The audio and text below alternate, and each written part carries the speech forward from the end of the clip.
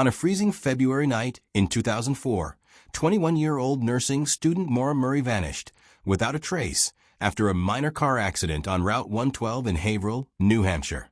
Born in 1982 in Hanson, Massachusetts, Maura was the fourth of 5 children, bright and athletic, excelling in school and track before attending West Point, and later transferring to the University of Massachusetts Amherst to study nursing. Outwardly, she seemed destined for success, yet cracks appeared in her life in the months before she disappeared. On February 5th, while working her campus security job, Maura received a phone call that left her in tears and almost unresponsive. 2 days later, her father Fred visited, and after car shopping and dinner, Maura borrowed his car to attend a party, only to crash into a guardrail on the way back. Then, on February 9th, she lied to professors about a family death, withdrew $300, bought alcohol, and printed directions to Vermont. By late afternoon, she drove away, beginning a journey that looked ordinary, until it turned into one of America's most baffling mysteries.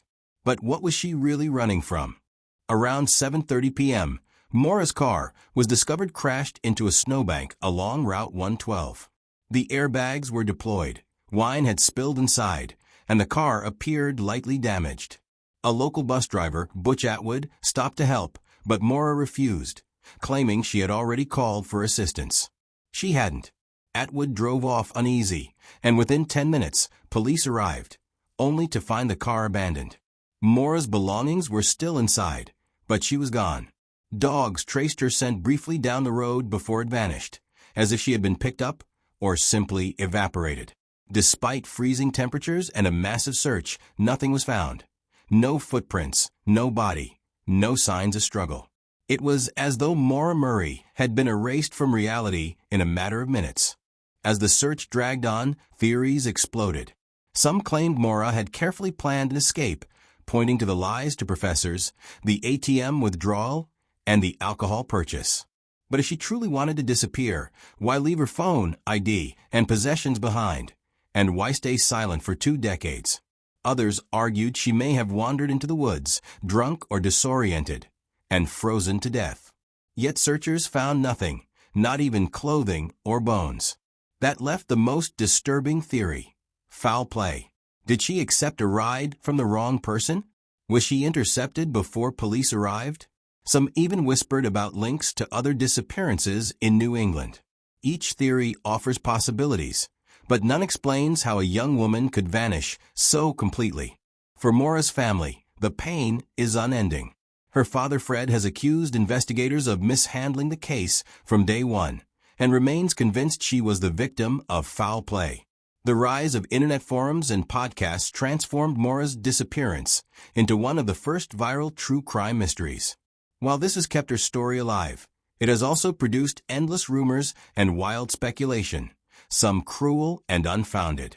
The Murray family has endured not just heartbreak, but also the public tearing apart of Maura's life by strangers who never knew her. And with every new theory, the truth seems to drift further out of reach. Over the years, glimmers of hope have surfaced. Homes near the crash site were searched, cadaver dogs once alerted to a basement, and in 2021 human remains were found near Loon Mountain, but none were Maura's. The case remains open, yet stagnant, and each failed lead only deepens the mystery. 20 years later, she has left no digital footprint, no confirmed sightings, no trail of evidence.